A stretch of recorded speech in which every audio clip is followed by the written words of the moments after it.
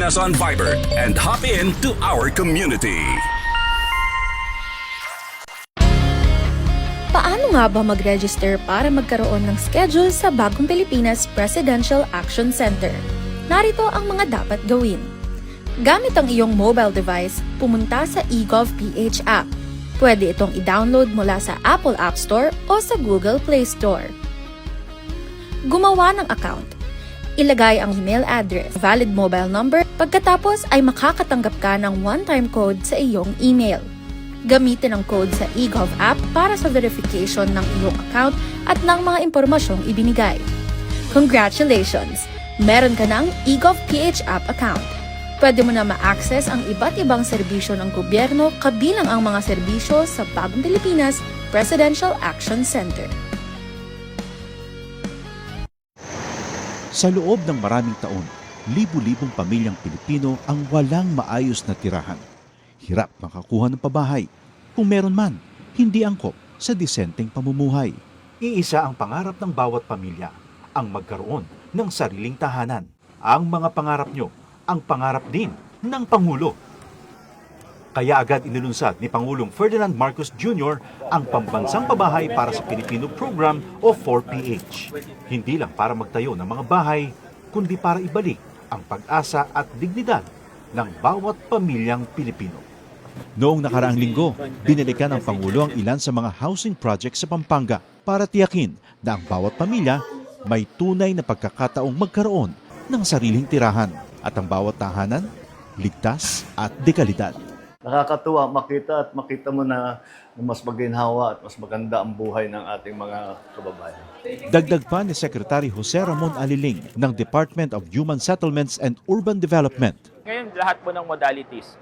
Nandiyan po yung horizontal, house and lot. Ang dignidad ng pamilya ay, lalo na ang Pilipinong pamilya, ay pag nagkaroon siya ng sarili niyang bahay. Kwento ng mga residente, dahil sa mababang interes sa pabahay, naging mas abot kaya ito para sa kanila.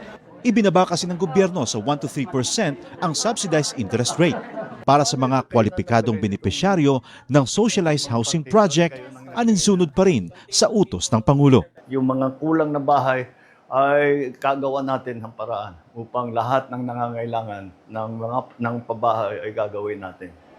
Sa buong bansa, tuloy-tuloy ang trabaho.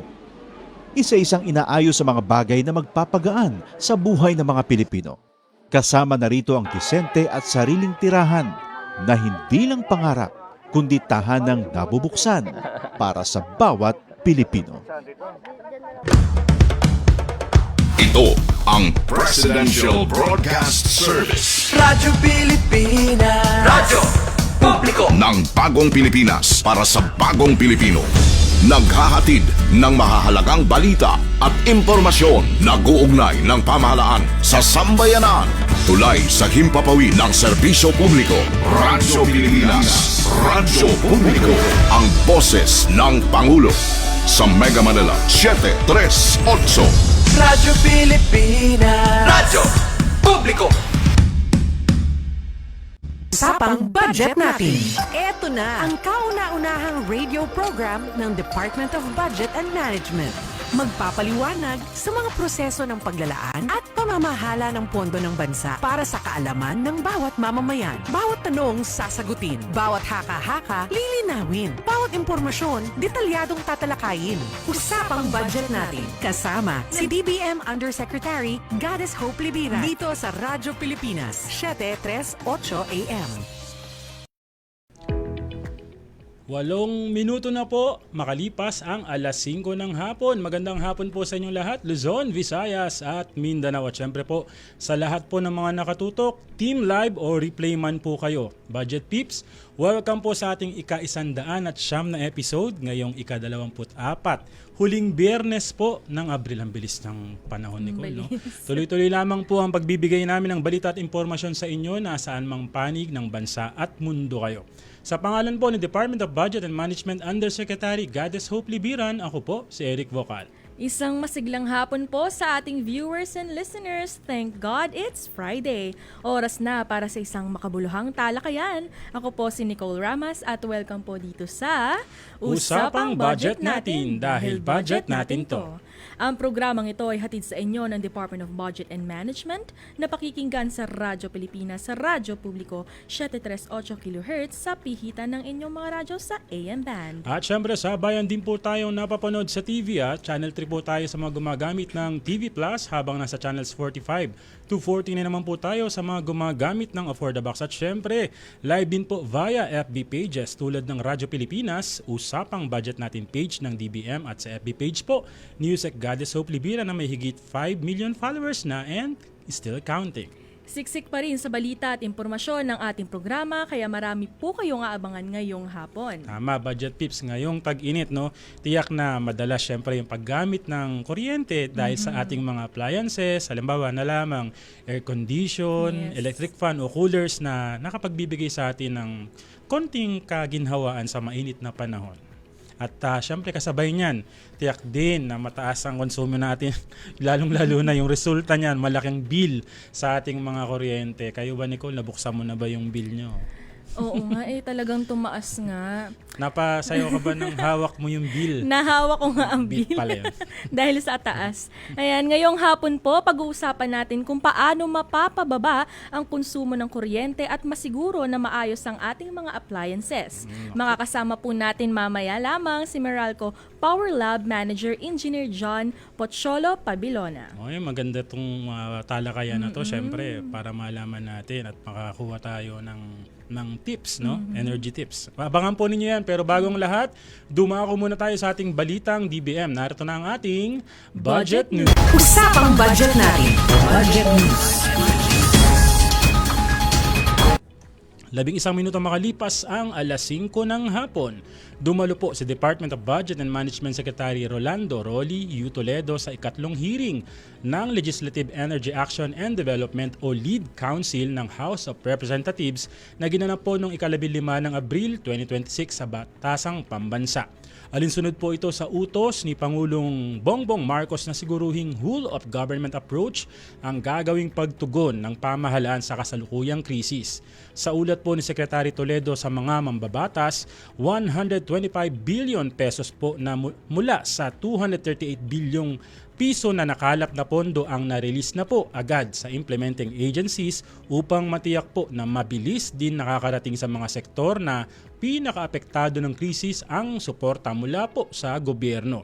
Bilang isang open government champion, suportado po ni Sec. Rolly ang inisyatiba ng Lead Council na isulong ang isang mas transparent at participatory na gobyerno kung saan sama-sama pong bumubuo ng mga solusyon ng mga membro ng economic team, iba pang opisyal ng gobyerno at mga kinatawan ng civil society organizations at ng pribadong sektor nang masuportahan ang ating mga kababayan sa harap po ng krisis sa langis.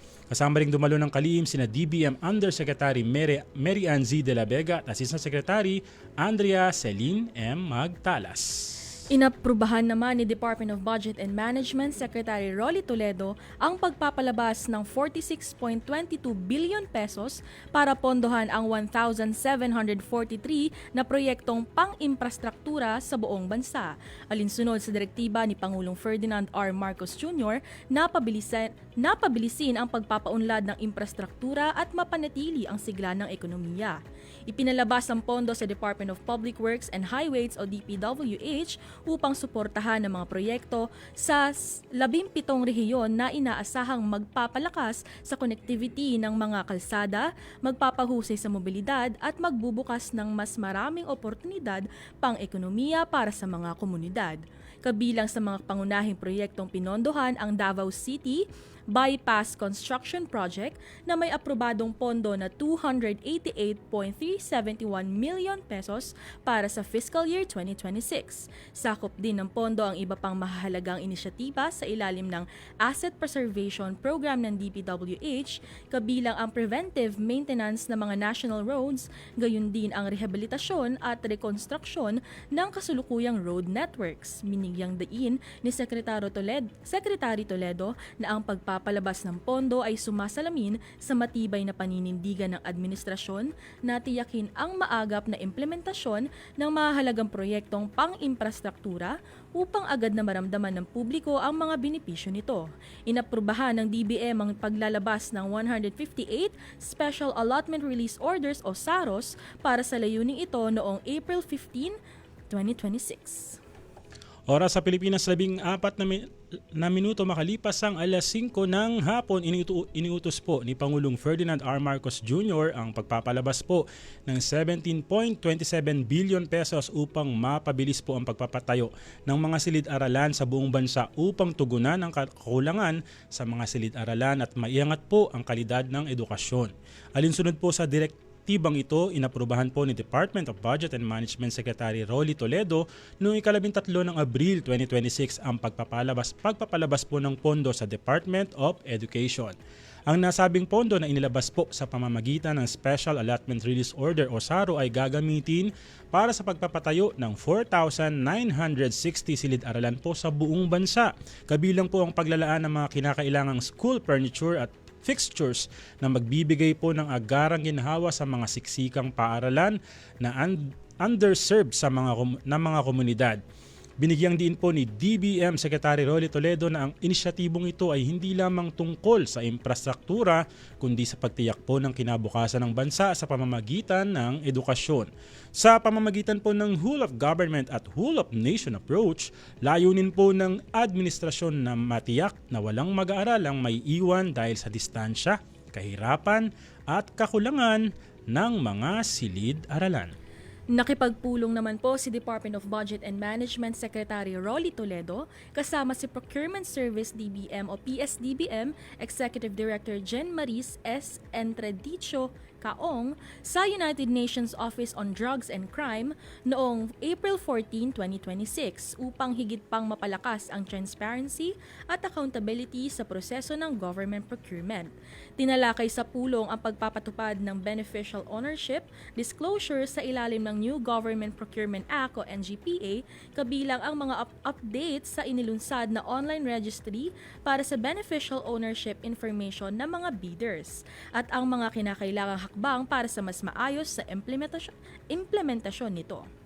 Pinag-usapan din ang pag-align ng mga polisiya, data standards at institutional capacity ng ahensya pati na ang mga rekomendasyon at posibleng technical assistance mula sa UN, ODC at iba pang development partners nito. Ang UNODC ay isang global organization na tumutulong sa mga bansa sa pagsusulong ng mabuting pamamahala, paglaban sa katiwalian at pagpapatibay ng rule of law. Sa ilalim ng pamumuno ni Secretary Toledo, patuloy na isinusulong ng DBM ang isang mas bukas, tapat at may pananagutang pamahalaan alinsunod sa direktiba ni Pangulong Ferdinand R. Marcos Jr. Dumalo rin sa nasabing pulong sina DBM Assistant Secretary Ryan S. Lita, Philippine Open Government Partnership Project Management Office, Director Glenn Q. Miranda, at UNODC Philippines Officer in Charge Amiel Del Rosario at National Program Officer Attorney Kirby Tibayan. Sa ating pong panghuling balita, 17 minuto po makalipas ang alas 5 ng hapon. No?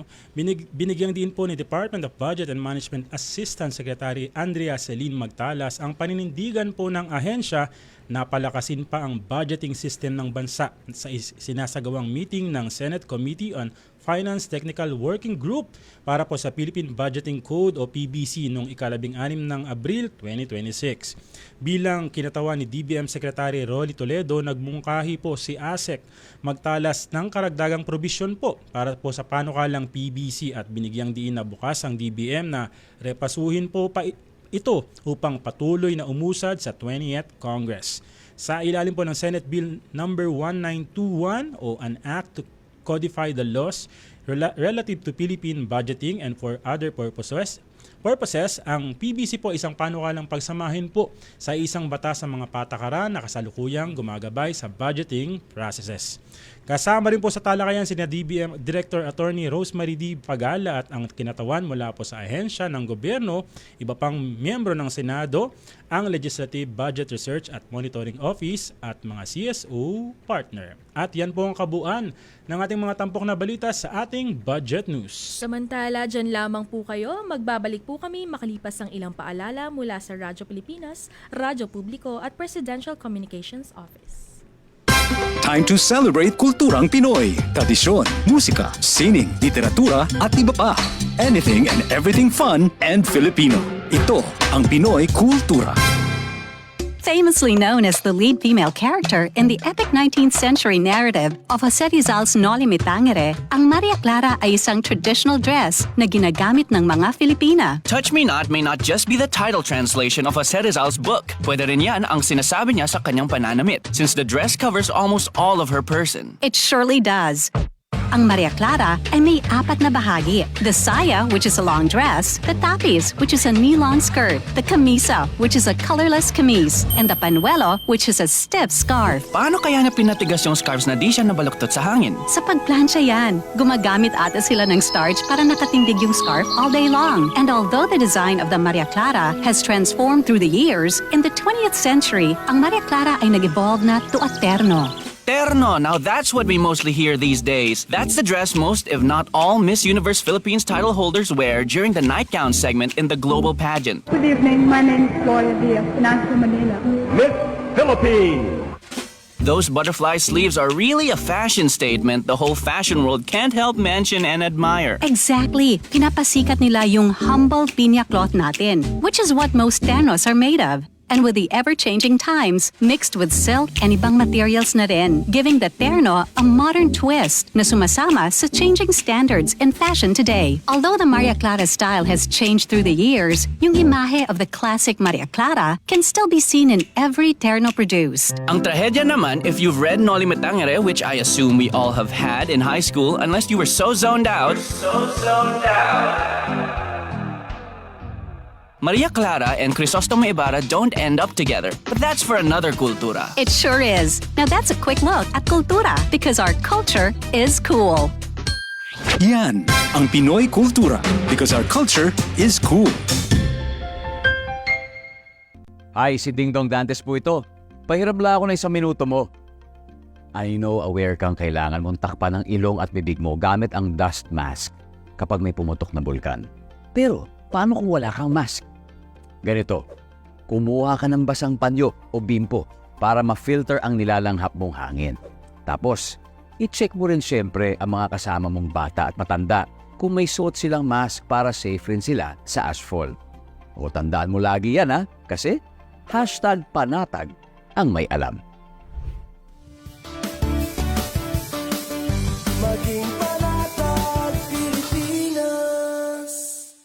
Maging fuel efficient, so regular na preventive maintenance, malinis na air filter, fuel injectors at engine oil, may savings ka na aabot sa 2%. This is a public service announcement from the Department of Energy and this station. This is a public service announcement. Discipline is the key. Umiwas sa aksidente sa daan. Ang pagmamaneho ay may kaakibat na responsibilidad, hindi basta mapaandar lang ang sasakyan. Kilatisin ang sarili, ang kahandaan sa manibela, siguruhing inyong konsentrasyon ay hindi magagambala. Importante rin na ating laging isipin, init ng ulo ay huwag pairalin, bagkus kaligtasan ng lahat ang siyang dapat unahin. Isang mahalagang paalala mula sa Presidential Broadcast Service at Radyo Pilipinas, Radyo Publiko, 738. This is a public service announcement. Public service announcement from PBS, Presidential Broadcast Service at Radyo Pilipinas, Radyo Publiko, 738. Nagbabalik po ang usapang budget natin. Bago tayo magpatuloy, batiin muna natin ang ating mga manonood sa Facebook Live. Yan, bumati ka na muna. May babatiin ka muna, di ba? Oo. Batiin ko lang po yung mama at papa ko na talagang laging nakatutok ngayon sa FB Live. And also, yung pinsan ko si Kuya Jake, hello, shoutout sa inyo. Yan. Ako naman binabati ko happy birthday kay Boss PM po ng Barangay Kalumpang. No? Nakakatuwa na isang mabuting tao. Boss PM, happy birthday! Happy birthday po! At syempre, happy birthday, belated happy birthday sa Director General ng PBS, VBS syempre, si Director Dindo Amparo. Happy Di ba? birthday po! Kung wala siya, wala tayo dito. Totoo. Samantala, Nicole, no? Kung last week, nagpalengke tour tayo at hininga ng budget tips yung mga tindero, tindera, yung mga mamimili. Ngayon naman ay aalamin natin yung tips ng ating mga kababayan pagdating naman yan sa energy saving. Ayan, panoorin po natin ang video na ito, hatid ni CJ Kalimbas. Hello Budget Peeps! Ngayong Abril, patuloy ang pag-init ng panahon at kasabay nito, muling nagdeklara ang Meralco ng panibagong hike pagdating sa konsumo or singil ng kuryente. Nagtaas muli ang singil ng kuryente ng 0.53 centavos per kilowatt hour at ngayon ay 14.35 na per kilowatt hour ang singil sa ating kuryente. Sa gitna ng krisis at tag-init, alamin natin ang mga budget tips ng ating mga budget peeps. Kano yung naging konsumo nyo ngayon ng kuryente? So this month, ang bill po namin ay 9,000. Umaas siya ngayon kasi sobrang init. So gumagamit kami ng aircon dalawa. Kabilagan ma'am, paano kayo mas nakakapagtipid sa paggamit nyo ng kuryente? Pinapatay ko yung mga electric fan na bukas, ganun. Tapos yung washing machine namin na twice a week kami naglalaba. Kano yung konsumo po ng kuryente dito sa laundry shop ninyo? More than 10,000. Paano po kayo nagtitipid? Minsan kasi yung mga ilaw, pinapatay namin yung, di ba madami siyang ilaw. Kailangan magtipid kasi sobrang mahal ng mga bilihin lahat. Nakita namin na siomaian kayo on wheels. So, paano kayo nakakapag-negosyo at nagtitipid at the same time? Especially when it comes to your paggamit ng kuryente ninyo, sir. Madalas naman po kasi kami morning, wala na po kami ni mama sa bahay. Since naka-off po lahat ng lights, then hindi po siya masyado nagagamit. Malaki din po talaga yung natitipid namin. Nagbalita kasi yung Meralco na meron ulit silang price hike. Paano kayo nagtitipid sa kuryente? Klipan na lang. Ha? Klipan na lang yung ginagamit. Instead na electric fan, klipan na lang. Ihaw-ihaw. Para makatipid, may pambayad sa kuryente, ganun. Narinig na nga natin ang budget hacks at tipid tips ng ating mga budget peeps. Kaya sana naman ay makatulong ito sa inyong diskarte sa pagtitipid ngayong tag-init. Muli ako si CJ Kalimbas para sa usapang budget natin. Till next week, budget peeps. Maraming salamat kay CJ Kalimbas sa kanyang budget tips. So yung mga kababayan natin, marami talaga. Kayo, Nicole, paano kayo nagtitipid halimbawa sa paggamit ng kuryente? Noon, meron kaming 3 electric fan, tig-isa kami ng tatay ko, ng pinsang ko, tapos ako, meron pa sa aso namin. Pero ngayon, na lang, 2 na lang. 2 na lang. Oo, nabawasan ng isa. Baka naman nasira na yung isa. Yung ilaw. Nagbawas ba talaga o nabawasan lang ng isa? Hindi, nagbawas talaga kami. Na lang, para share-share maramdaman na lang. mo talaga. Ako, dati sa amin, parang pag nakabukas yung mga 3 yung ilaw, isa sa sala, isa sa kwarto, isa sa CR. Dati nakabukas lahat yun. Ngayon, nasanay na rin ako na pinapatay ko na. Siyempre, kahit papano, nakakapag, talaga. Yung aircon lang talaga hindi maiwasan. Oo. Sana all may aircon. Bumili ka na. No? Ayan. Para po sa mga bago lang na nakatutok, tayo po ay napakikinggan sa Radyo Pilipinas, sa Radyo Publiko 738 kHz sa pihitan ng inyong mga radyo. At syempre sa bayan din po tayong napapanood sa TV, Channel 3 po tayo sa mga gumagamit ng TV Plus, habang nasa channels 45 to 49 naman po tayo sa mga gumagamit ng Affordabox. At syempre live din po tayo via FB pages tulad po ng Radyo Pilipinas, usapang budget natin page ng DBM at sa FB page po ni DBM Undersecretary Goddess Hope Libiran. Samantala, Eric, isang mainit na talakayan na naman ang ating ihahatid sa ating budget tips. Tama ka dyan, Nicole, dahil oras na para sa ating Budget Talk. Usapang budget natin. Budget Talks. Sabi nga po natin kanina, makakasama natin si Meralco Power Lab Manager Engineer John Pocholo Pabilona upang pag-usapan kung paano mapapababa ang konsumo ng kuryente at masiguro na maayos ang ating mga appliances. Yes, live via Zoom. Magandang hapon po sa inyo at welcome po dito sa Budget Talks ng Usapang Budget natin, Engineer John. Engineer John, magandang hapon po. Well, magandang hapon din, Nicole and Eric. No? Simulan na po natin, Engineer. Para po sa kaalaman ng tagapakinig po natin, bigyan niyo po kami ng background sa ginagawa po ninyo sa Meralco Consumer Lab. Opo. Dito sa Meralco compound na sa Pasig, meron tayong Meralco Power Lab na tinatawag. Binuksan po ito noong 2015 or binuo itong facility para po matulungan ng ating mga customers pagdating sa paano nila mamamanage ang kanilang monthly na consumption. So nagtetest po kami ng mga appliances and since 2015, nakapag-test na po tayo ng close to 2,000 units ng mga iba't ibang klase ng appliances. Tulad po ng aircon, electric fan, and yung iba po mga typical pa na nakikita natin sa loob ng Filipino household po. And aside po dun sa malaman yung konsumo nito, no, nagbibigay din po kami or nag-generate kami ng tips ano yung mga dapat gawin sa mga hindi dapat gawin or dinedebunk po natin yung mga maling practices na ginagawa po ng ating mga customers. Yeah. Sa inyo naman pong obserbasyon, Engineer John, paano po naapektuhan ng tag-init at ang konsumo sa kuryente ng mga kabahayan at negosyo at gaano po kalaki ang itinataas nito kumpara sa normal na panahon? Oo. Compared kasi sa regular season, kapag summer, no, talagang tumataas. Base sa datos ng Meralco, around 21 to 34% po yung increase ng ating consumption.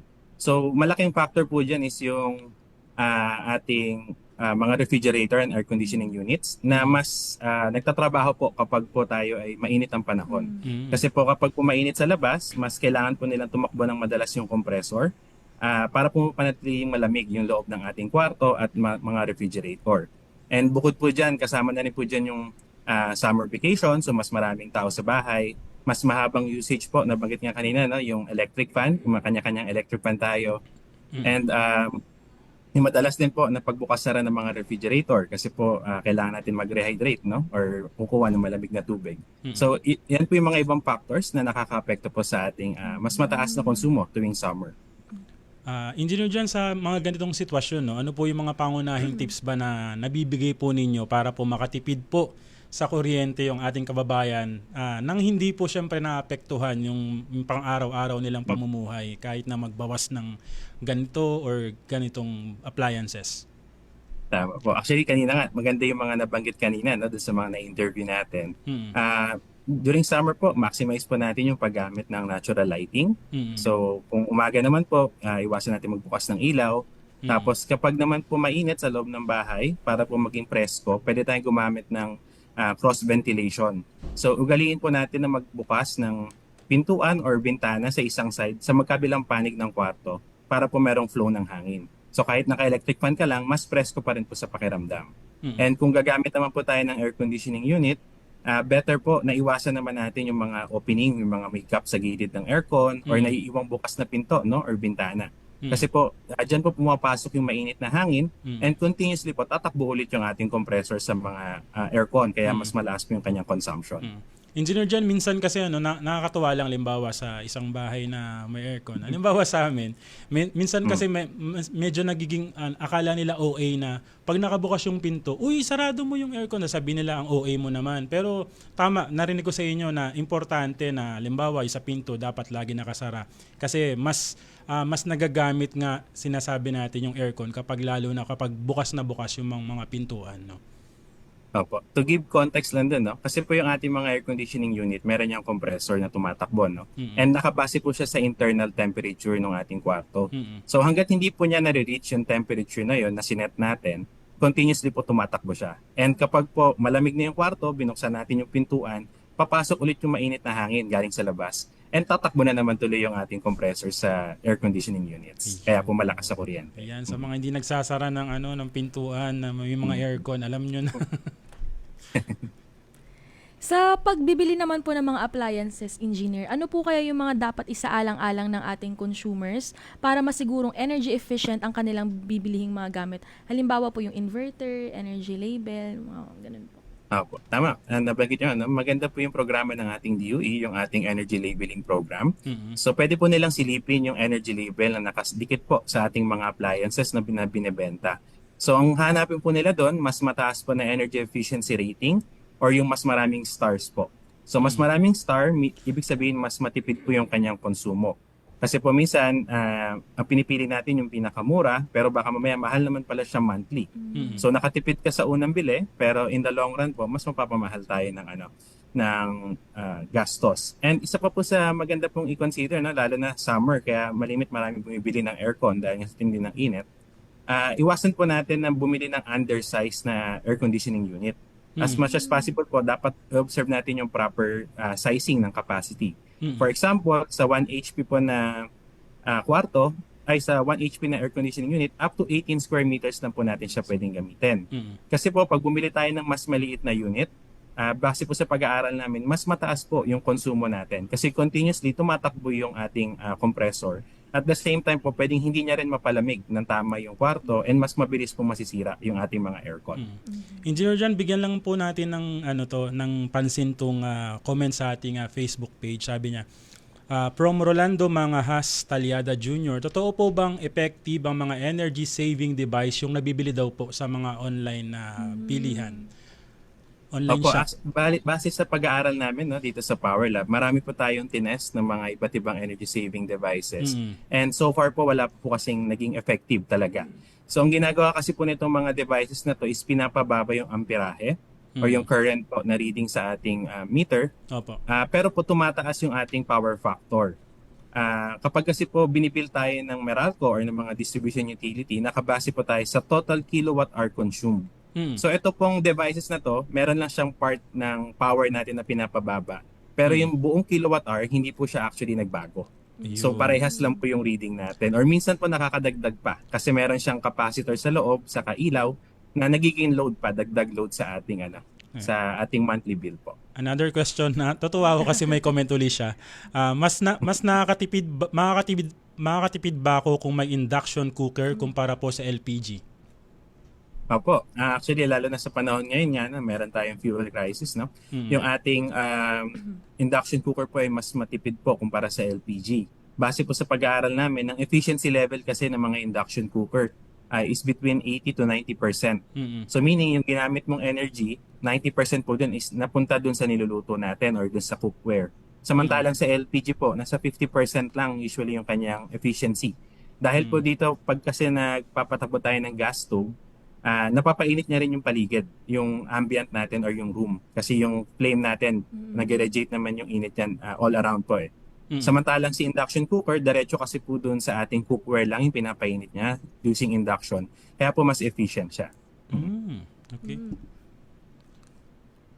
Ano po ba yung mga appliances na kilalang bukod po dun sa aircon, ganyan? Ano po yung malalaki po yung konsumo sa kuryente at paano po natin ito magagamit ng mas episyente? Opo. Actually, maganda po talaga na alamin natin ano yung mga significant energy users, yung po yung tawag natin dyan. No? So ito yung mga appliances na may malaking contribution po sa ating monthly consumption. So nandyan na po yung aircon, refrigerator, mga ilaw po, and electric fan. So, diyan po sa tamang paggamit for aircon ng refrigerator, i-observe lang po natin yung proper thermostat setting. So, sa air conditioning unit kasi po, kapag naka 25 degrees ka na thermostat compared sa 18 degrees or yung maximum setting, makakatipid ka na kagad ng around 1,600 pesos sa isang 1 HP na aircon. Ganun din po sa refrigerator. So, kaya po nating mapabawas ng 50% yung inyong konsumo kung ilalagay natin sa mid setting lang yung temperature compared sa naka-maximum or naka-high. Sa electric fan naman po, meron tayong mga DC inverter fans na pwedeng gamitin na mas matipid din po kumpara sa ating typical na electric fan. And then sa mga ilaw po, yun, iwasan lang po natin na maiwang nakabukas kung wala naman pong gumagamit. Ayun may tanong ulit kasi yung nagko-comment, so nasagot na tungkol sa DC fans kung worth it bang bumili daw nun sa panahon ngayon. Natutuwa naman ako dito sa natin talagang ang active niyan, dami niyang tanong. Nicole. Opo, actually din sa DC fan, no, kasi medyo ngayon po no sa panahon natin, dumadami na rin po yung nag-endorse at nagbebenta rin talaga ng DC fan. Makakatipid ka kasi po ng up to 190 pesos kada isang unit ng electric fan kung ginagamit natin siya ng 12 hours for 1 month. So, isa kasi po minsan nale-left out yan porque electric fan lang, akala natin maliit lang yung konsumo niya. No? On average kasi po yung mga electric fan natin, nasa 300 pesos yung kanyang contribution sa ating monthly bill per unit. So kung mas marami kang unit, multiply na lang po natin siya. Kung 5 units ka, so 1.5 na kagad yun. At ang kinonsider po namin dun is 12 hours pa lang. Paano po kung buong araw meron tayong ginagamit na electric fan, mas malaki po yung nagiging contribution nito. So kung bibili ka ng DC fan, mas mahal man yung initial na investment mo, in less than a year, mababawi mo na kagad yun, and then savings na siya dun sa mga succeeding months. Engineer, sa simpleng gawain po sa bahay, ano-ano po kaya yung mga madalas nakakalimutang practices na nakakadagdag pala sa konsumo ng kuryente po? Opo. Una na dyan yung malimit po na, na nabukas sara nga ng refrigerator na banggit ko kanina. Kasi lalo na ngayon summer na maraming mga bata sa bahay. Yung madalas po na bukas sara, base sa pag-aaral namin, kaya po makadagdag ng 5% sa ating consumption. Yun yung kinonsider namin, 4 na beses ka lang nagbukas sa loob ng 1 oras. Pero kung mas madalas, mas malaki pa po yung ating madadagdag sa konsumo. And then, isa pa po sa malimit na nakakalimutan, aside po sa pag-turn off ng mga appliances, better po na i-unplug natin. Kasi meron pa rin po siyang phantom load. Lalo na po yung mga appliances natin na merong LED indicator. Automatic po meron na kagad consumption yan. So yung malalaki po yung phantom load, base sa pag-aaral namin, nandyan na po yung mga TV box. So pag po hindi natin siya ginagamit, better po na i-unplug natin yan. Yung mga rice cookers na naka-warm setting po, malakas din po sa consumption yan. And yung mga water dispenser. So kung meron po kayong water dispenser para dun sa mga customers natin na may business, no, better po na i-unplug siya kapag nighttime. Kasi po kung wala namang gagamit, continuous pa rin po siya nagpapalamig ng tubig dun sa kanyang reserve tank. So kahit wala pong kumukuha ng tubig pero uminit na siya, tatakbo na naman ngayon yung cooling function niya. So better po na ina-unplug natin siya pag kunyari gabi na wala namang gagamit. Engineer John, baka meron po kayong tips dun sa mga, kasi alam mo, tips talaga, pero para sa akin na rin yun. Kasi yung aircon sa bahay, talagang as in 24/7 siya tumatakbo. So, pero nakikita ko parang okay lang din naman kasi hindi naman ganun ka sobrang laki. Ngayon lang na sobrang laki talaga dahil tumaas nga po yung ating ang tawag doon sa yung presyo singil sa kuryente. Opo. So, given that 24/7 hours na operation, malamang naka-inverter ka naman, no? Yes. Kasi sa inverter po kasi, ang pinag-aiba niya sa conventional natin na aircon, no? Kapag po na-reach niya yung desired temperature or na-stabilize na yung lamig sa loob ng kwarto, bababa na ng 40 or 30% na lang yung ginagamit niyang kuryente to maintain na lang yung ating temperature sa loob ng kwarto. So kung mahaba po yung paggamit, better po talaga na naka-inverter ka. So doon na lang po papasok, observe natin na lang yung proper thermostat setting and yung regular cleaning. Actually, isa po sa nakakalimutan ng mga customers natin, base po sa pag-aaral, no, yung ating 1 HP na aircon, kapag po hindi natin siya nalilinis, pwede siya makadagdag ng 95 pesos sa ating monthly bill. Yung even yung air filter lang sa loob. Oo po. And kapag po nalilinis natin regularly, so makakatipid tayo. Bukod po doon, yung pinaka-major cleaning, so kung heavy user ka sir, baka quarterly maganda sa'yo or by annual, no, na general cleaning talaga ng aircon. Kasi pwede rin po siya makatipid ng around 500 pesos, 400 to 500 pesos. Nakarelate na naman ako, engineer dyan, kasi yung aircon namin parang isang, di ba daily nga, wala nga siyang patayan. Pero okay naman. Tapos nung napansin ko na nga na hindi na masyado lumalamig, tapos nung lilinis siya, para siyang basurahan. Kailangan talaga mag-invest sa kailangan maintenance. talaga nililinis din talaga. No? Yes po. May tanong pa ako, engineer dyan. Halimbawa yung mga sa ilaw, yung mga ano dapat na ginagamit, yung mga LED bulbs na ba dapat para po mabawasan po yung bills po sa kuryente? Opo, hanggat kaya natin ma-maximize yung mga LED na, no? Palitan na natin yung mga ilaw natin or kung may napunde, better na ipalit natin is LED. Saka mas mahaba rin naman po yung lifespan ng mga LED natin na ilaw. So sulit na po talaga siya. Bukod sa mas matipid yung monthly, mas tumatagal din po yung buhay ng ating mga LED bulbs. Bilang panghuli po na katanungan, Engineer John, sa gitna po ng mataas na singil sa kuryente ngayon, ano po ang inyong mensahe sa ating mga kababayan upang makatulong sa kanilang pagbabudget at mas maging responsable sa paggamit po ng kuryente? Opo, tandaan po natin lagi kung magtitipid tayo, no, maganda po talaga yung nabanggit ko kanina. Doon tayo mag-focus sa mga significant energy users. Kasi po kahit magtipid tayo pero yung malalaki tulad ng mga aircon, refrigerator, hindi natin napapractice, baka hindi rin po natin maramdaman yung reduction sa ating monthly bill. And bukod naman po doon, kung ginagawa na natin yan at gusto pa natin makatipid, saka po tayo pupunta doon sa mga maliliit na bagay tulad ng mga phantom load. And lahat po to kasi pag collectively, no, tulad nung Earth Hour last time, kahit yung nagpatay lang tayo ng ilaw, malaki po yung impact na mapapababa natin yung demand sa grid. And kapag po mas mababa yung demand, mas konti po yung fuel na kailangan natin gamitin para masupplyan po lahat ng customers natin. In effect, pwede rin pong ma-maintain po yung pag-import natin ng mas maraming fuel. Bagamat naghuling tanong na po, may comment pa po sa Facebook natin. Sige. Si Jenny Lito Mooka, nakakatulong po ba ang electric fan sa pagpapalamig ng aircon tapos nakababa lang ang aircon or mas magastos po yun? Opo, actually, base po sa pag-aaral, kung i-maximize mo dun sa 25 and 26 degrees, yung iba, no, tinataas pa ng 26 degrees, mas matipid pa rin po yung ganong setting kasi nabanggit ko kanina, yung 18 versus 25 degrees, makakatipid ka ng around 1,600 pesos. And ang binanggit ko rin kanina, yung ating mga electric fan, nasa 300 pesos lang equivalent niya for 1 month of use, no? So, yung 1,600 versus 300, malaki pa rin yung matitipid mo kaysa ibaba mo ng todo yung temperature ng ating aircon. Kasi po pag may malamig na hangin dun, galing sa aircon, nakakatulong din po sa comfort pag meron pong flow or yung tumatama talagang hangin galing naman sa electric fan. So yes po, nakakatulong po siya at mas matipid po yung ganong Sa mga television po naman, halimbawa, syempre alam natin yung iba madalas na Netflix, ganyan, mahabang oras na gamitan. Ano po dapat na TV po yung ginagamit po, halimbawa? Tapos sa mga TV naman natin, sa mga type, no, LED pa rin po yung matipid na klase ng TV. And pwede po natin i-maximize yung paggamit ng mga eco mode or yung saving mode po. No? Meron tayong mga settings sa TV na nagpa-function na rin naman para po malesen yung brightness or makorek niya yung setting niya. Depende po dun sa ginagawang activity. So kung nanonood ka ng pelikula or kung meron ko naglalaro ka dun sa iyong screen, depende po kasi yun sa paggamit. Pero generally po, yung ating mga LED matipid na po yan kumpara po doon sa mga lumang technology na available sa market.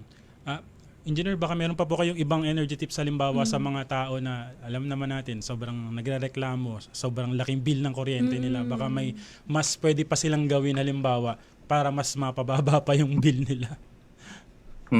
Siguro yun doon nga no, sa electric fan, yung binanggit ko kanina, kung magdi-DC fan ka kasi, malaki yung pwede nating matipid. And yung electric fan kasi maganda dyan, present siya sa halos across all kinds of households sa Philippines. Meron tayo iba't ibang klase ng electric fan. And kapag po yan yung naging focus natin na mapalitan, malaki po yung impact or mararamdaman kagad natin. Kasi yung reduction ng 50 to 60%, nag-reflect po yan kagad sa bill natin. And meron din po tayo nga palang tinatawag na Meralco Appliance Calculator. Kung gusto po nilang ma-check or makapag-simulate ng anong impact ng isang specific na appliance sa kanilang monthly bill, pwede po nila i-check yun using yung Meralco app, My Meralco app or sa website ni Meralco. Pwede po sila doon mag-insert, lalagay lang nila kung anong type of appliance, yung gusto nilang matignan, lagay nila kung yung magkano yung monthly bill, and lalabas po doon, magkano siya yung cost niya per hour, per day. Sa ganitong paraan kasi po, pag alam natin yung konsumo, mas aware po tayo paano mas ililesen ko ba yung paggamit na itong appliance na to, or para natin siya i-maintain, no? Maganda po siyang approach. Ito, may phone-in pa rin question, Engineer. Halimbawa daw po, yung gumagamit daw po ng power strip na may switch para daw po sabay-sabay yung patayan po ng mga appliances. Apo, actually maganda po siya for phantom load. Yung nabanggit ko kanina na kaysa po huhugutin natin yung mga appliances, yung iba gusto nila para mas madali, gumagamit na lang sila ng power strip. Pwede rin po yan. Siguro ang watch out lang natin dyan is i-make sure lang po natin na yung maximum wattage is nasusunod po para may iwasan lang natin yung overloading. Meron naman po yan nakasulat sa likod kung hanggang ilan, ano yung kaya niyang i-carry na capacity ng kuryente. And ang kagandahan po dyan, kapag gumamit tayo ng power strip, talagang totally naka-cut off po niya and wala pong konsumo, wala tayong phantom load sa mga ganong power strip po na ginagamit. Engineer, sa pagtetest po ninyo ng mga appliances, ano po yung pinaka matataas po na konsumo, halimbawa, na mga gamit po? So far talaga dahil bukod sa malaki na yung kanyang rated na power na kailangan, matagal din talaga kasing paggamit. Aircon po talaga yung sa nangunguna pagdating po sa consumption. And pangalawa po dyan yung ating mga electric fan. Minsan mas malaki pa sa electric fan kaysa sa refrigerator, no? Sa refrigerator kasi, although 24/7 siya tumatakbo, kung di naman madalas yung bukas saranga, kapag na-maintain niya na kasi yung temperature, mababa na rin po yung kinukuha niyang power or yung kinakailangan niyang power para tumakbo. So usually yun po yung top 3. Tapos yung ilaw po, no? Kung marami tayong ilaw, kasi kahit maliit lang yung konsumo niya pero madami naman. So yung isa po yung sa maganda tandaan ang konsumo po natin hindi lang porket ito yung appliance na mataas, yun na kagad yung significant energy user or nagko-contribute sa ating bill. Kasi posibleng mataas siya pero saglit mo lang ginamit, posible naman na mababa lang yung wattage niya pero madami naman pala at matagal mo siyang ginagamit kada araw. So yun po yung mga watch out natin. Engineer John, So, pala po dahil sige po. summer, no? Ay, sorry, Sige lang yung po. sa Go on. mga shower heater natin. Isa rin po yan. Mataas din yung kanyang wattage. Pero kagandahan lang kasi doon, saglit lang natin ginagamit kasi during naliligo lang. Hindi katulad ng aircon na 8 oras, 9 oras, or katulad nung kay Sir, 24 hours na ginagamit yung aircon. Yes, no.